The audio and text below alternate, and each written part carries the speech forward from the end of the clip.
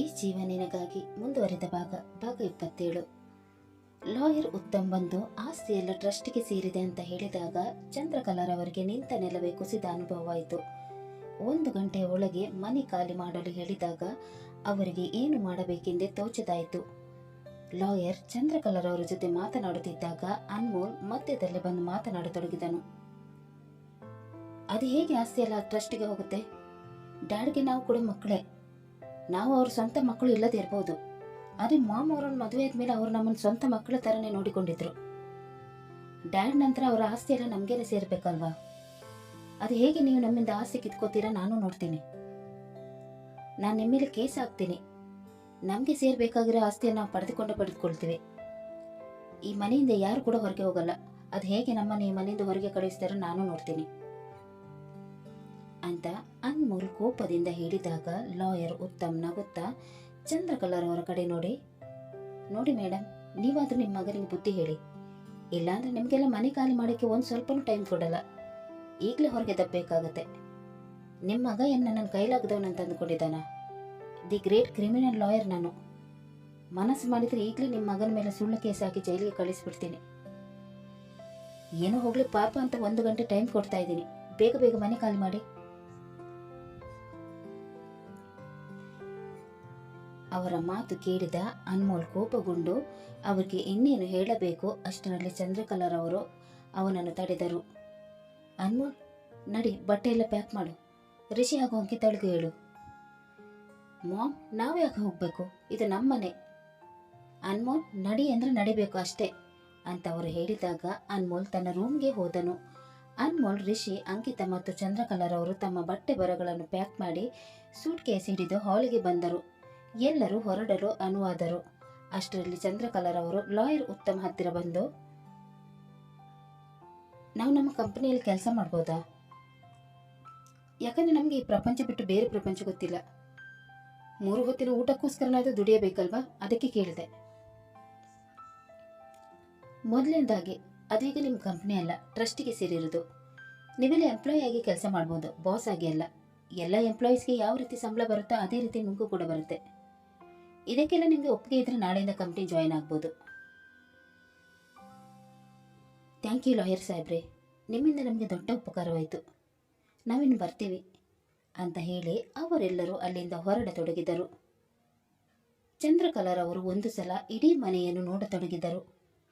ಮೊದಲನೇ ಸಲ ಈ ಮನೆಗೆ ಧೀರೇಂದ್ರನಾಥ್ ಹೆಂಡತಿಯಾಗಿ ಬಂದಿದ್ದ ದಿನಗಳು ಅವರಿಗೆ ನೆನಪಾದವು.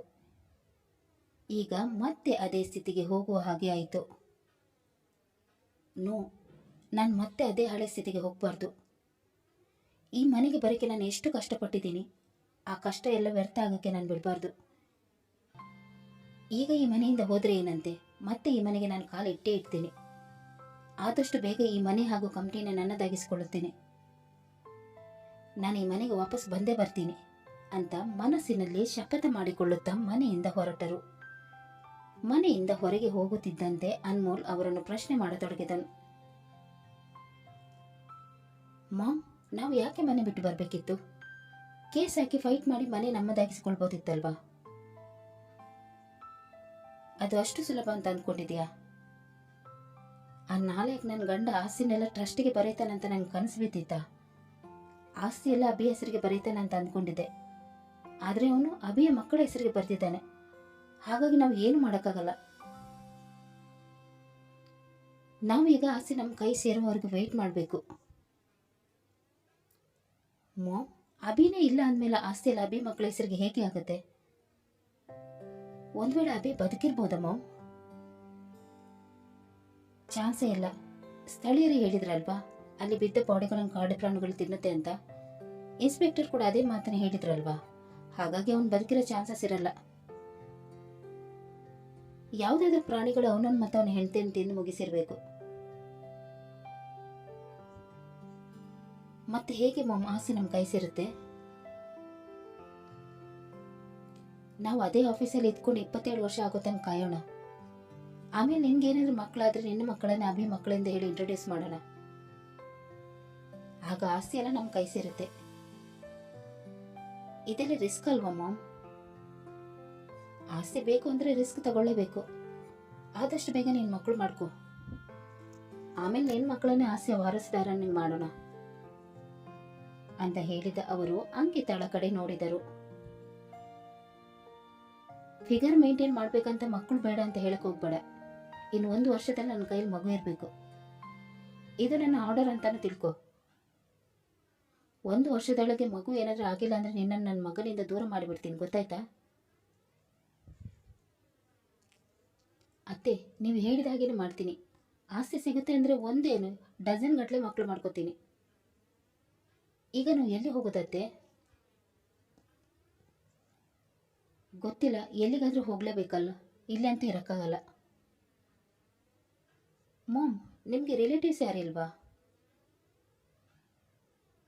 ದೂರದ ಸಂಬಂಧ ಅಣ್ಣ ಒಬ್ಬ ಇದ್ದಾನೆ, ಆದರೆ ಇಷ್ಟು ವರ್ಷ ನಾವು ಅವರ ಕಾಂಟ್ಯಾಕ್ಟಲ್ಲಿ ಇರಲಿಲ್ಲ ಅಲ್ವಾ, ಹಾಗಾಗಿ ಅವ್ರು ನಮ್ಮನ್ನು ಮನೆಗೆ ಸೇರಿಸ್ಕೊಳ್ಳೋದು ಡೌಟೇ. ಮಾಮ್, ನಾವು ಹೋಟೆಲಲ್ಲಿ ಹೋಗಿರೋಣ. ಇದ್ದ ದುಡ್ಡನ್ನೆಲ್ಲ ಹೋಟೆಲಲ್ಲಿ ಉಳಿದುಕೊಂಡು ಖರ್ಚು ಮಾಡಿದರೆ ಮುಂದಿನ ದಿನಗಳಲ್ಲಿ ತೊಂದರೆ ಅನುಭವಿಸಬೇಕಾಗುತ್ತೆ. ನಾವೀಗ ತುಂಬ ಸೂಕ್ಷ್ಮವಾಗಿ ದುಡ್ಡನ್ನು ಖರ್ಚು ಮಾಡಬೇಕು. ಈಗ ನಮಗೆ ಇರೋದು ಒಂದೇ ದಾರಿ, ಎಲ್ಲಾದರೂ ಬಾಡಿಗೆ ಮನೆ ಹುಡುಗಿ ಅಲ್ಲಿ ಇರೋಣ. ಬಾಡಿಗೆ ಮನೆಯ ವಿಚಾರ ಕೇಳಿ ಅಂಕಿತಾಳ ಮುಖ ಸಣ್ಣದಾಯಿತು.